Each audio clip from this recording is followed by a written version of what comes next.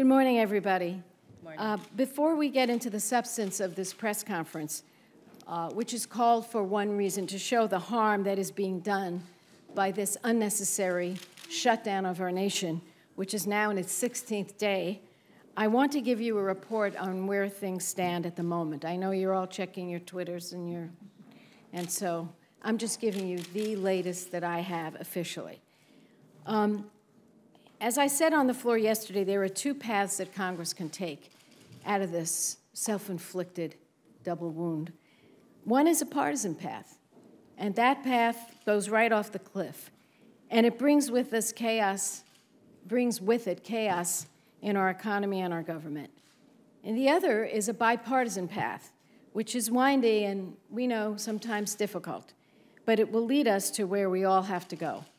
An open government, a country that pays its bills and averts default, and a framework that sets up negotiations to discuss any and all issues that anybody wants to discuss. I understand, as of 1 minute ago, that the leaders are working very hard on this bipartisan path and that great progress is being made. But I do know this: the clock is ticking. Every hour, every minute that it continues to go on without resolve is hurtful to our nation, it's hurtful to our families, it's hurtful to our communities. So the bad news is two self-inflicted wounds: government shutdown, flirting with default. The good news, there's a way out of it, and our bipartisan leadership team is working on that way out.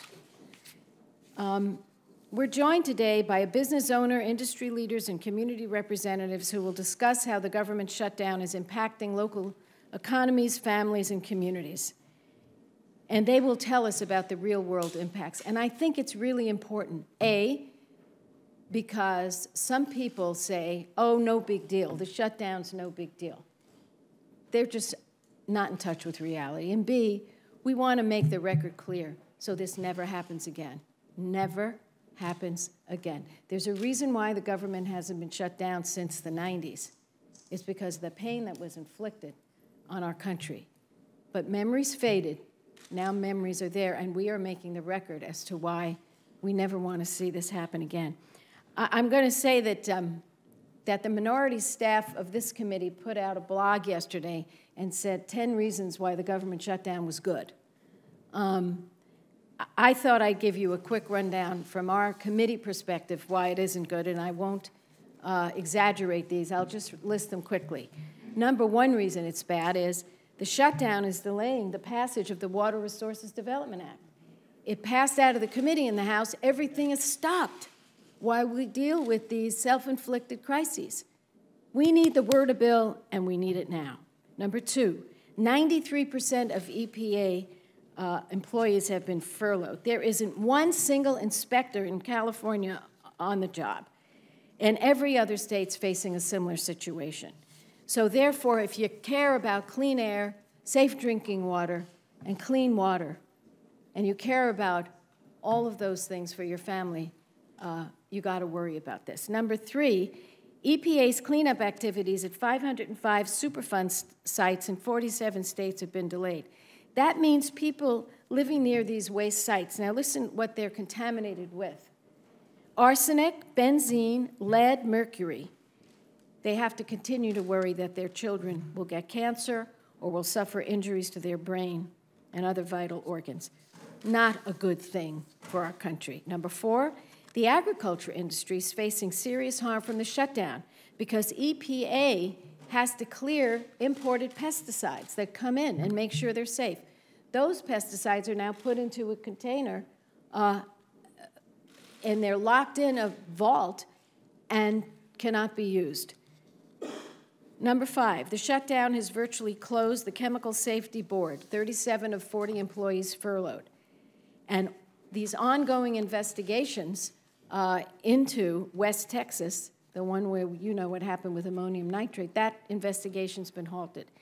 Number six, the executive order that will protect workers, first responders, and local residents from chemical facility explosions, that executive order cannot be carried out.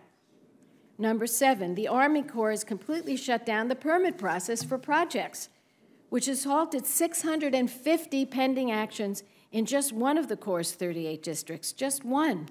Businesses and families rely on the Corps to approve construction of roads, bridges, houses, commercial buildings when they impact our waterways. Number 8, the Corps has closed all of its recreational facilities, and 8.5 million visits to its recreation areas are now not happening. The 12 million acres of Corps public lands are closed, and small businesses that depend on that recreation are suffering mightily. Number 9, the shutdown has closed the nation's 561 national wildlife refuges, and my colleague, Senator Cardin, will expand. Again, it's killing the tourist business in so many parts of our nation right before winter hits. It's hurting people now. Number 10, the Nuclear Regulatory Commission has furloughed 92% of their employees, 3,600 out of 3,900 people. Can I remind you of one word, Fukushima? Do you think we need to be on the lookout for danger? Well, they're not there. So harmful effects. And now I'm going to turn it over to Ben Cardin, my amazing right arm on this committee, who has just been with us every step of the way. Ben? Senator Boxer, first, thank you for your extraordinary leadership of this committee, the Environment and Public Works Committee, as well as pointing out to the American people the damage that's already been caused to our country as a result of the government shutdown. The government shutdown has hurt our economy. Make no mistake about it. The recovery, which was moving forward, has been affected adversely as a result of the shutdown. I've talked on the floor of the Senate about the 800,000 federal workers who are furloughed, that aren't receiving paychecks, which obviously affects all of our communities. Our contract employees, Senator Boxer has talked about that are not getting paid, may never get paid, clearly affecting our economy. But what Senator Boxer has pointed out as the chair of the Environment and Public Works Committee is that the federal agencies are not carrying out their responsibilities because of the shutdown. They don't have appropriations. They can't operate. The Environment EPA is at 93% of its workforce has been furloughed. The inspectors are not on the job. They're not protecting public health as they should. They're not protecting the environment as they should. How would we like to live in a community where there's no police officers, expecting everyone to just be fine? That's not the real world. We need the inspectors out making sure that our laws are complied with, so we have clean water and clean air, and we protect the public health. I'm honored to chair the subcommittee of the Environment and Public Works Committee that deals with water and wildlife. And that subcommittee has responsibility to take a look at what we're doing to protect clean water and what we're doing to protect our wildlife. Well, let me just point out that Fish and Wildlife, U.S. Fish and Wildlife, does not have the personnel to be able to maintain the type of activities that are important for this country. Senator Boxer mentioned that over 500 of our national wildlife refuges are closed. Yesterday, I attended a committee hearing on another committee I serve on, the Small Business Entrepreneurship Committee. I'm proud to be on that committee. Senator Landrieu held a hearing with a lot of small business owners who are being devastated by the government shutdown, devastated. We had a tour operator from Colorado who was there who explained that not only is his business being just destroyed by the shutdown, but so many other companies, small businesses that rely upon tourism, the restaurants, the hotels, are also being very much affected by the shutdown. And shortly I'll introduce Susan Meredith from the Blackwater Pedal and Paddle Company, who will tell us about the impact in my state of Maryland. I have the honor of representing the Eastern Shore of Maryland that has Blackwater National Wildlife Refuge, a beautiful place, magnificent place. People love going to that refuge. It's for, the Eastern Shore is known for its hunting, it's for its fishing, for bird watching. Well, that's basically been shut down as a result of the government shutdown during one of the most important economic seasons for the Eastern Shore of Maryland. That's affecting jobs. It's affecting private sector jobs. And the longer this shutdown goes forward, the more harm we have caused our country. So I really do appreciate the fact that Senator Boxer has taken the time to try to put a face on the issues. I've also talked about, there's an article in yesterday's Baltimore Sun that said, Army Corps of Engineers furloughs Baltimore district employees, suspend permit reviews. The Army Corps is critical to just about every economic project involving the government. Shut down as a result of the government shutdown. Senator Boxer knows, and I've talked frequently about the EPA's role in Harbor Point, one of our major economic developments in downtown Baltimore, which requires the EPA to sign off. The people who are signed off are furloughed. That project is on hold. Economic recovery has been put on hold as a result of the shutdown, which has cost this economy dearly. We need to end it immediately. Senator Hirono. Thank you. It's okay. I'm a little bit taller, but not by much. Good morning, everybody. I join my wonderful colleagues as a member of the committee to be here with you today, because every single day that the shutdown continues and that we inch ever closer to that economic chaos called the default is a time for us to continue to focus on the fact that this shutdown is hurting real people in real towns and cities all across our country, coast to coast. And of course, I do consider Hawaii to be our westernmost coast.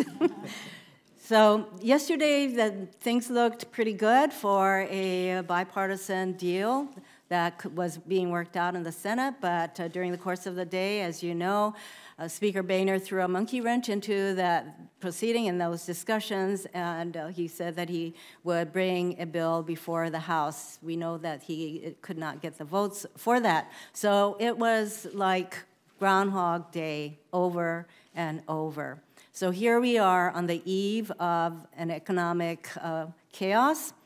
The shutdown continues, and as the chairwoman noted, this shutdown is affecting our wildlife refuges, and we have a few in Hawaii, as you probably know, and then also our infrastructure.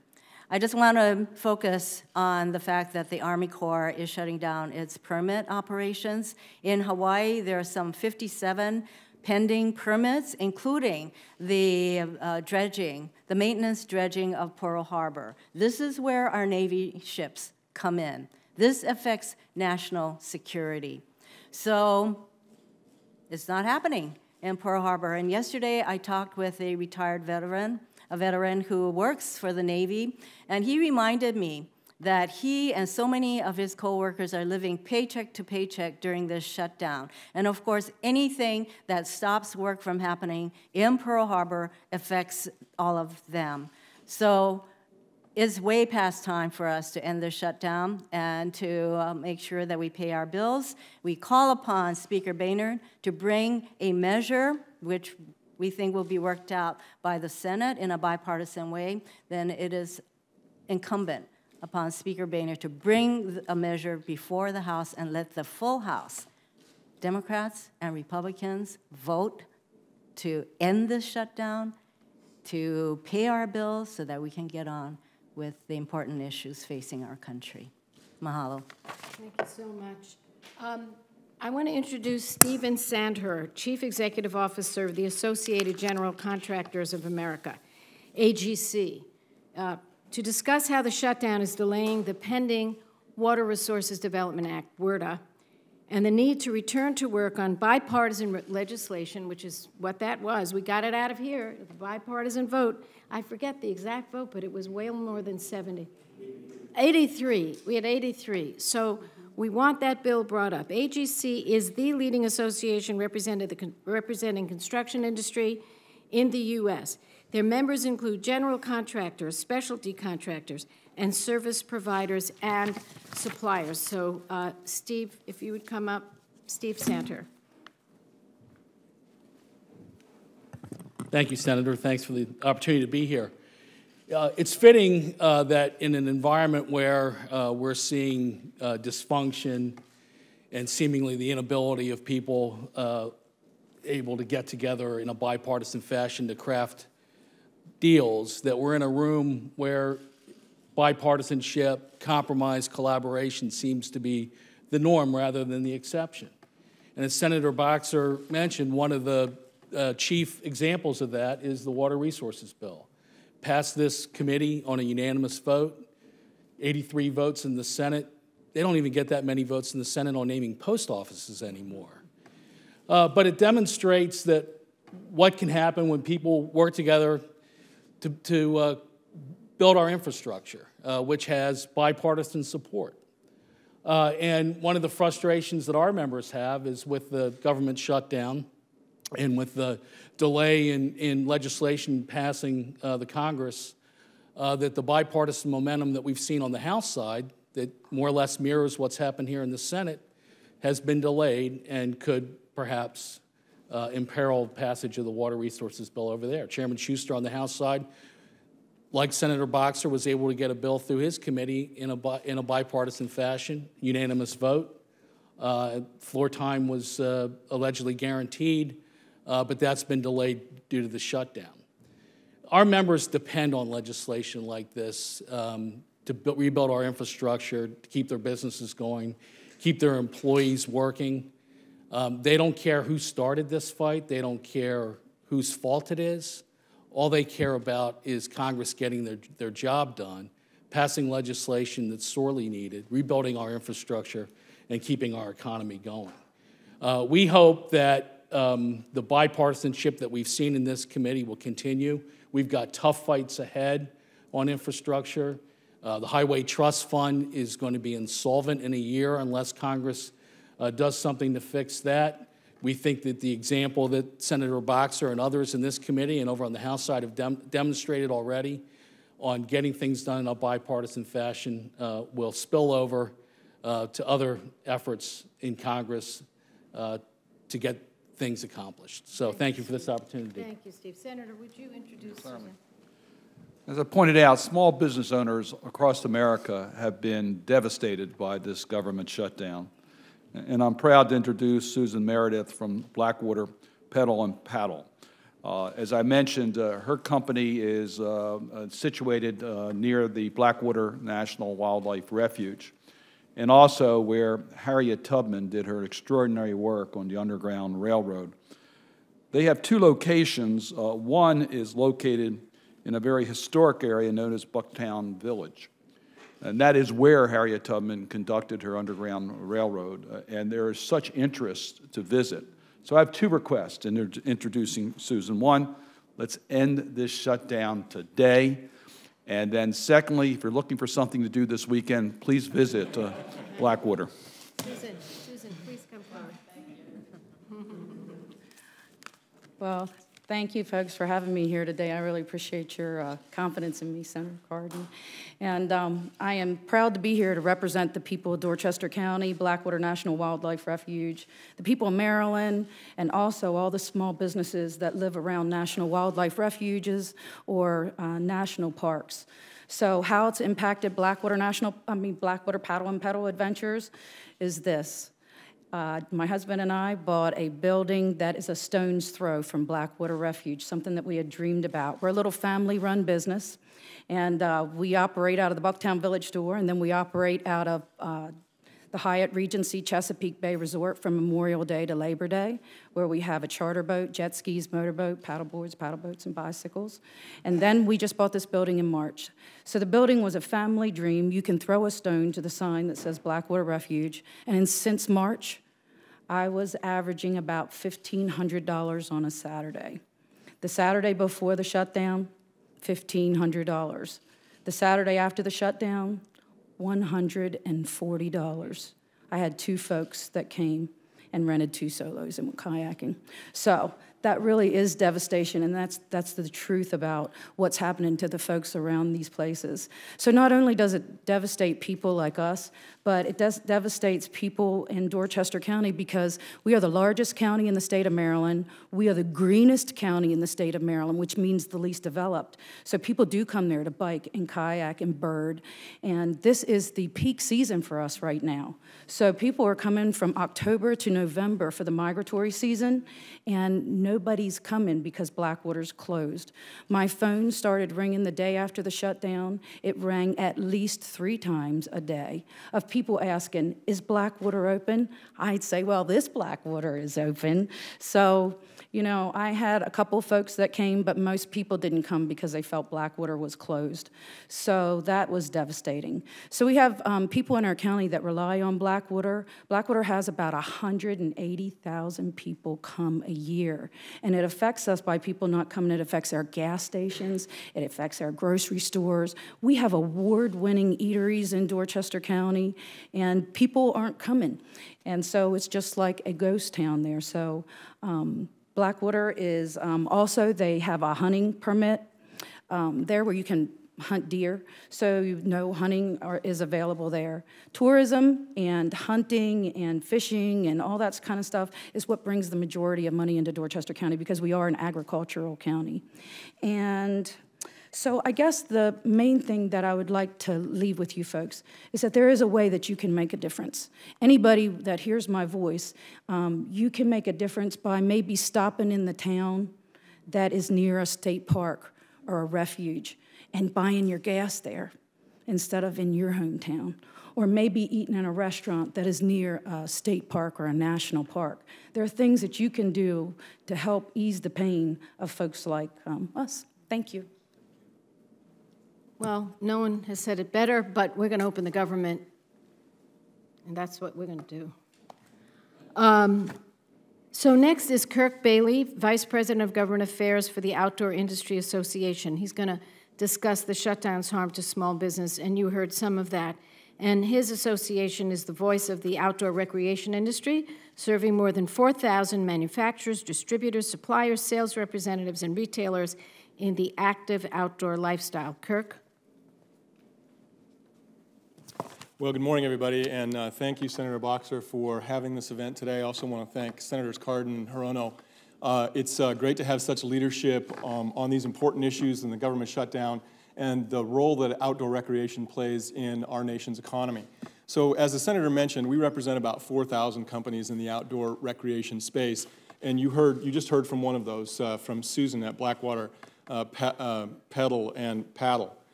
Overall, though, I want to point out that the outdoor recreation industry generates more than $646 billion in direct consumer spending every year, which translates to more than 6.1 million American jobs across the country, and generates over $80 billion in state, local, and federal taxes that go to support our wildlife refuges, the Army Corps of Engineers, and other public lands and waters throughout the country. And so it would be an understatement of colossal proportion to say that the government shutdown has impacted our industry negatively. Our companies depend on their consumers being able to access public lands, lakes, reservoirs, and wildlife refuges for recreation, hunting, fishing, paddling, in order to maintain their businesses. And all across the country, we're hearing stories very similar to Susan's, where member companies are facing decreased sales, canceled trips, lost revenues, and perhaps even more importantly, a deep uncertainty about where we're going to be going in terms of the country's fiscal health, and therefore translating into a definite chilling of consumer activity that will ripple far beyond these next few weeks into the holiday buying season, into next year, and even beyond. So nationally, our association is projecting that losses as a result of the shutdown in retail sales are in the hundreds of millions of dollars. And so Susan gave you a small slice of that, but our projection is that that number is well into the hundreds of millions of dollars. We've talked to other retailers and outfitters similar to Susan in Virginia, and one of them reporting to us that new kayak sales were, in the first week of the shutdown, were down over 80% from last year. And other businesses around the country said that they had lost over $200,000 in the first week of the shutdown. Now, these are small businesses. To a big corporation, $200,000 probably doesn't mean that much. They can probably recover. But to small businesses, that could mean the difference between success and failure and whether or not they're open this week or closed down next week.